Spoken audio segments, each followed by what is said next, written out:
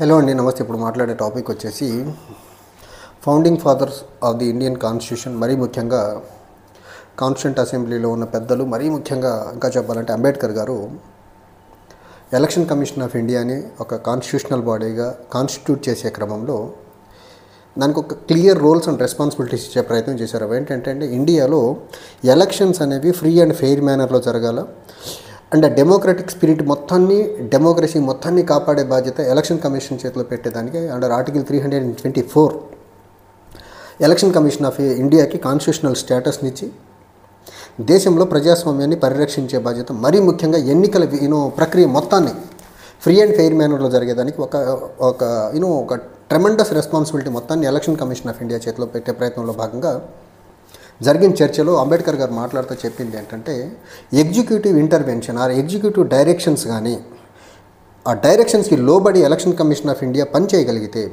Executive అంటే మరి ముఖ్యంగా యూనియన్ క్యాబినెట్ని ఎగ్జిక్యూటివ్ అని చెప్పాలి మనం ఇక్కడ. యూనియన్ ఎగ్జిక్యూటివ్లో ఇప్పుడు బీజేపీ పవర్లో ఉంది కాబట్టి వాళ్ళ నచ్చని కులాల వాళ్ళని, వాళ్ళ నచ్చని మతాన్ని వాళ్ళని, వాళ్ళ నచ్చని రంగు ఉన్న వ్యక్తుల్ని ఎలక్టరల్ ఓటర్స్ నుంచి బయటికి తీసుకొస్తే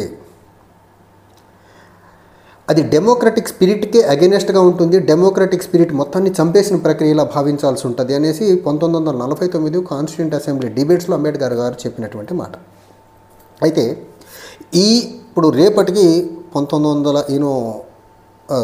జనవరి 25కి 75వ సంవత్సరంలోకి అడుగు పెడుతున్నటువంటి ఎలక్షన్ కమిషన్ ఆఫ్ ఇండియా నిజంగా డెమోక్రటిక్ స్పిరిట్ని కాపాడుతుందా, ఫ్రీ అండ్ ఫెయిర్ మేనర్లో ఎన్నికలు జరుపుతూ ఉందా, లేకపోతే భారతదేశంలో డెమోక్రటిక్ స్పిరిట్ని మరీ ముఖ్యంగా కండక్టింగ్ ఆఫ్ ఎలక్షన్ని ఫ్రీ అండ్ ఫెయిర్ మేనర్లో జరుపుతుందా అంటే ఖచ్చితంగా కాదు, లేదు అని చెప్పేదానికి ఎగ్జాంపుల్గా ఒక పేపర్లో ఒక ఆర్టికల్ వచ్చింది. అది మహారాష్ట్ర ఎన్నికల్లో జరిగినటువంటి ఒక ఫ్రాడ్ ఏదైతే ఉందో, కొత్తగా రాష్ట్రంలో పార్లమెంట్ ఎన్నికలకి, లోక్సభ ఎన్నికల్లో వచ్చినటువంటి కొత్తగా రిజిస్టర్ అయిన ఓటర్స్ ఏదైతే ఉన్నారో ఆ డేటాని బేస్ చేసుకుని ఒక అద్భుతమైన ఆర్టికల్ వచ్చింది. సో ఏదైతే అంబేద్కర్ గారు 1949లో ఎగ్జిక్యూటివ్ కానీ దుర్మార్గంగా ఉంటే, ఎగ్జిక్యూటివ్ తన సెల్ఫ్ ఆర్ వెస్టెడ్ ఇంట్రెస్ట్ల కోసం ఎలక్షన్ కమిషన్ ఆఫ్ ఇండియాను వాడడం మొదలు పెడితే దేశంలో ప్రజాస్వామ్యం బతికేదానికి ఆస్కారం లేదు అని 1949లో చెప్పినట్టు ఇప్పుడు బీజేపీ, మరీ ముఖ్యంగా నరేంద్ర మోదీ ఆధ్వర్యంలో నడుస్తున్నటువంటి కేంద్ర ప్రభుత్వం ఎలక్షన్ కమిషన్ ఆఫ్ ఇండియా మొత్తాన్ని తన హస్తంలో కీలుబొమ్మలా మార్చుకొని ఎలక్షన్ ప్రక్రియని ఎంత ఘోరంగా, ఎంత దుర్మార్గంగా తనకు ఫేవర్గా మార్చుకుంటున్నారని చెప్పేదానికి ఒక ఎగ్జాంపుల్ ఇది. సో 2024 పార్లమెంట్ ఎన్నికలు జరిగినప్పుడు బీజేపీకి వచ్చిన ఓట్లకి 2024 అదే రాష్ట్రానికి సంబంధించినటువంటి అసెంబ్లీ ఎన్నికలకు జరిగినటువంటి ఓట్ల మధ్య వచ్చినటువంటి గ్యాప్ ఏదైతే ఉందో ఆ గ్యాప్ని ఒక డీటెయిల్డ్గా అనలైజ్ చేసే ప్రయత్నం అయితే చేశారు. ఇక్కడ ప్రధానంగా చూసుకుంటే 9.7 కోట్ల మంది మహారాష్ట్రలో 2024 అసెంబ్లీ ఎన్నికలు జరిగే నాటికి 9.7 కోట్ల మంది మహారాష్ట్రలో 18 సంవత్సరాలు పైబడిన వారు ఉన్నారు. అంటే ఓటు హక్కు ఉండేదానికి అర్హత కలిగిన వాళ్ళు 9.7 కోట్ల మంది according to the data of election commission of India. కానీ ఇంకొక government of India ministry of health and family welfare చెప్తున్నటువంటి డేటా ఏంటంటే, మహారాష్ట్రలో ఉన్నటువంటి 18+ పాపులేషన్ వచ్చేసి 9.54 CR, 9.54 కోట్ల మంది జనాభా.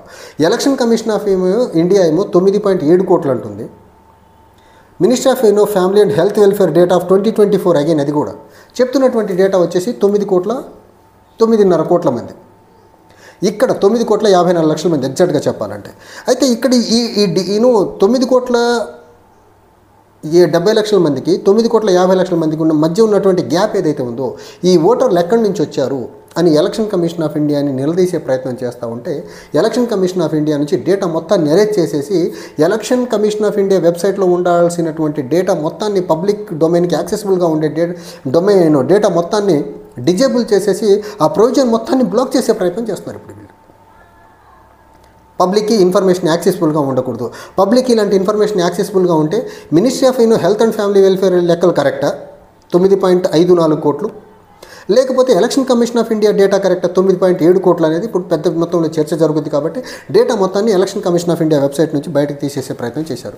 అయితే ఇక్కడ 6 నెలల్లోనే అంత పెద్ద మొత్తంలో ఓటర్లు మహారాష్ట్రలో రిజిస్టర్ అయ్యేదానికి కారణాలు ఏంటి అంటే, నోబడీ నోస్ ఎగ్జాక్ట్లీ అసలు ఏం జరిగింది అక్కడ అనేది. ఇక్కడ మనం చూసుకున్నట్లయితే దగ్గరగా 48 లక్షల మంది కొత్త ఓటర్లు 6 నెలల కాలంలో 48 లక్షల మంది కొత్త ఓటర్లు రిజిస్టర్ అయ్యారు. 48 లక్షల మంది. ఆ 48 లక్షల మంది ఓట్లు మొత్తం బీజేపీకి పడిపోయినాయి.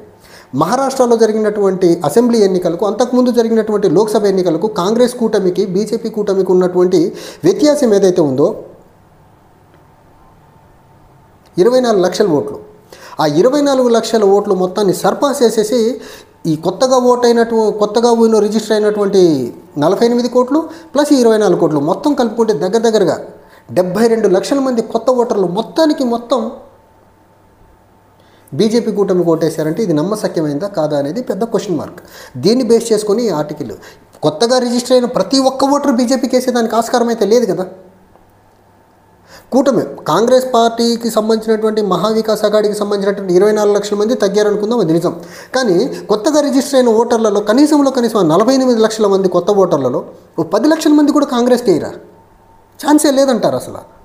సో దీన్ని బట్టి చూస్తే క్లియర్గా బీజేపీ మహారాష్ట్ర ఎన్నికల విషయంలో ఎలక్షన్ కమిషన్ని పెద్ద మొత్తంలో ఇన్ఫ్లుయెన్స్ చేసేసి దొంగ ఓట్లు 48 లక్షల మంది కొత్త ఓటర్లని దొంగ ఓటర్లని రిజిస్టర్ చేయించి ఆ ఓట్లు మొత్తం బీజేపీకి పడేలా చాలా పకడ్బందీగా ప్లాన్ చేసుకుని థంపింగ్ మెజారిటీతో గెలిచామనేసి ప్రజాస్వామ్యబద్ధంగా గెలిచామని చెప్పే ప్రయత్నం చేస్తున్నారు. ఎప్పుడైతే ఈ డేటా బయటకు వచ్చిందో, దీని మీద దేశంలో చర్చ జరగడం మొదలుపెట్టిందో, ఎలక్షన్ కమిషన్ ఆఫ్ ఇండియా మీద పెద్ద మొత్తంలో ఒత్తిడి పెరిగిందో, గవర్నమెంట్ ఆఫ్ ఇండియా తన ఎగ్జిక్యూటివ్ పవర్ని అడ్డం పెట్టుకొని ఎలక్షన్ కమిషన్ ఆఫ్ ఇండియా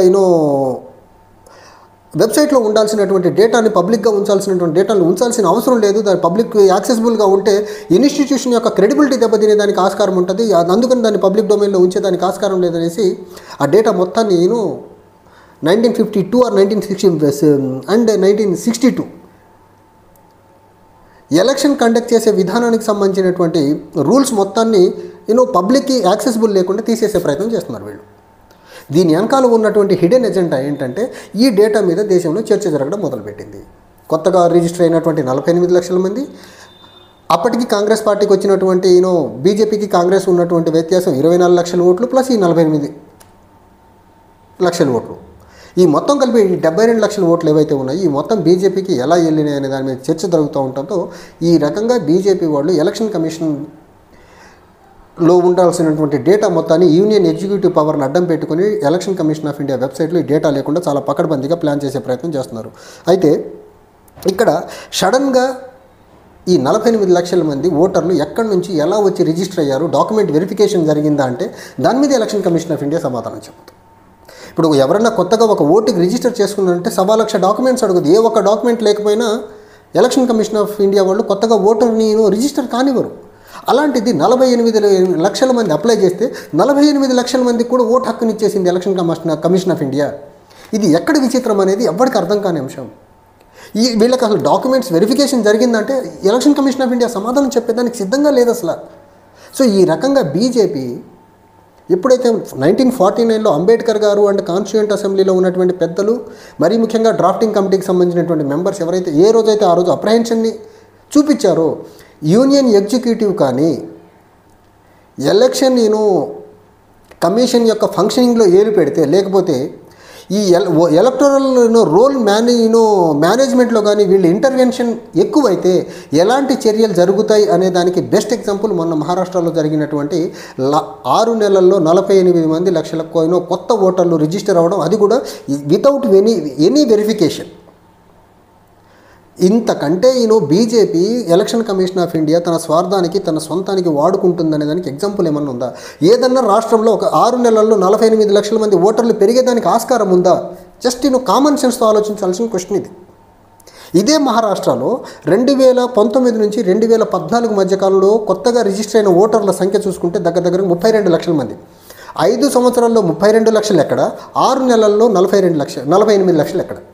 అదే రాష్ట్రంలో మళ్ళీ 6 నెలల్లోనేమో 48 లక్షల కొత్త ఓటర్లు రిజిస్టర్ అవుతారు, 5 సంవత్సరాల్లోనేమో ఆ రాష్ట్రంలో 32 లక్షల మంది ఓటర్లు రిజిస్టర్ అవుతారంట. ఇది ఈ డ్రాస్టిక్ చేంజ్ ఎక్కడి నుంచి వచ్చింది? ఈ లాస్ట్ మినిట్లో ఇంతమంది 6 నెలల కాలంలో 48 లక్షల మంది మహారాష్ట్రలో ఎక్కడి నుంచి పుట్టుకొచ్చి కొత్త ఓటర్ని రిజిస్టర్ చేయించుకున్నారు అంటే నోబడీ నోస్ ఎగ్జాక్ట్లీ. దీని మీద స్క్రూటినీ లేదు. అప్లై చేసిన ప్రతి ఒక్కడికి election commission of India vote హక్కు ఇచ్చేసింది.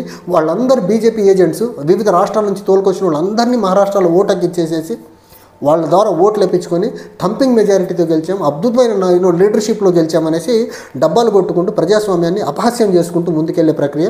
ఈ ప్రజాస్వామ్యాన్ని బీజేపీ అపహాస్యం చేస్తూ ఉంటే దాన్ని election commission of India free and fair మేనర్లో ఎలక్షన్ జరిపి ప్రజాస్వామ్యాన్ని కాపాడాల్సిన, ఎలక్షన్ ప్రక్రియని కాపాడాల్సినటువంటి election commission of India BJP కబంధహస్తాల్లో ఒక కీలుబొమ్మగా మారిపోయింది.